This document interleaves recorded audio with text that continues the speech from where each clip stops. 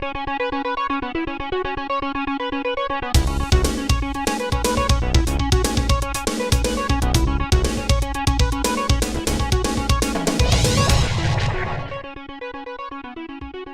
August, North American Nickel took the unusual step of releasing images of core from its large-scale nickel prospect in Greenland. The market responded with buying that drove shares in NAN up from below 20 cents per share to 35 cents per share on approximately 2 million shares of volume. Clearly, the core images generated excitement, and what Rick Mark hopes will be the first of an ongoing stream of good news, starting with actual lab results to be released within weeks.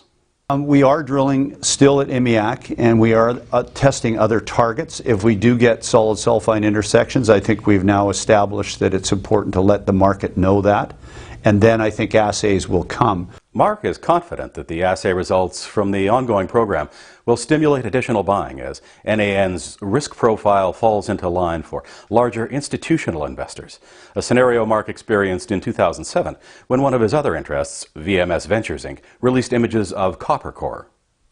We announced visuals. The picture was pretty spectacular with the copper core we had. The stock traded beautifully, but when we finally announced the assays, the stock traded incredible volume, and I do believe it was partly because the more senior analysts and that institutional money really can't risk it. Even though in nickel we look at that solid sulphide percentages, we multiply it by the nickel tenor of the belt, which is about 6 to 8%, and they do calculations which I think gives them some confidence that we're looking at pretty good grade, but they're going to wait until they see those assays. And the assays are nice because there's a lot of things you can't see in the core, so we're thinking the assays are going to surprise to the upside, and we'd love to see the stock again sort of respond to that, if you like, because now certainty is in the hands of the investor and they can decide how much that's worth. NAN also benefits from the presence of Australian investors, the Sentient Group, who recently upped their stake in NAN to 30%, a factor Mark feels confident will play out in NAN's favor going forward.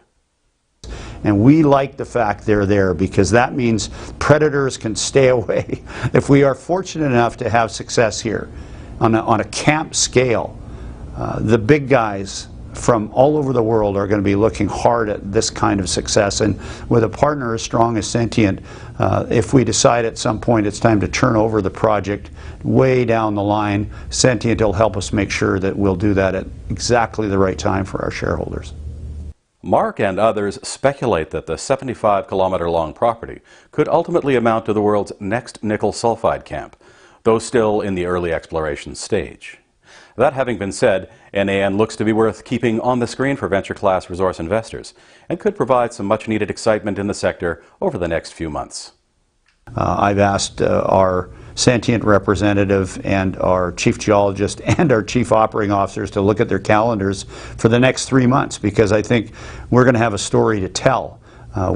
Gilbert and Sentient have taken us into London. We'll be going back into the London offices, Toronto, of course, New York, Vancouver. So it's going to be a very busy fall, and everybody's calendars are going to have to get coordinated because I think we'll be doing some traveling. But it's important shareholders know that. This is a story to tell worldwide, and that's what we intend to do. North American Nickel trades on the Venture Exchange under the symbol NAN. For Financial Profiles, thanks for watching.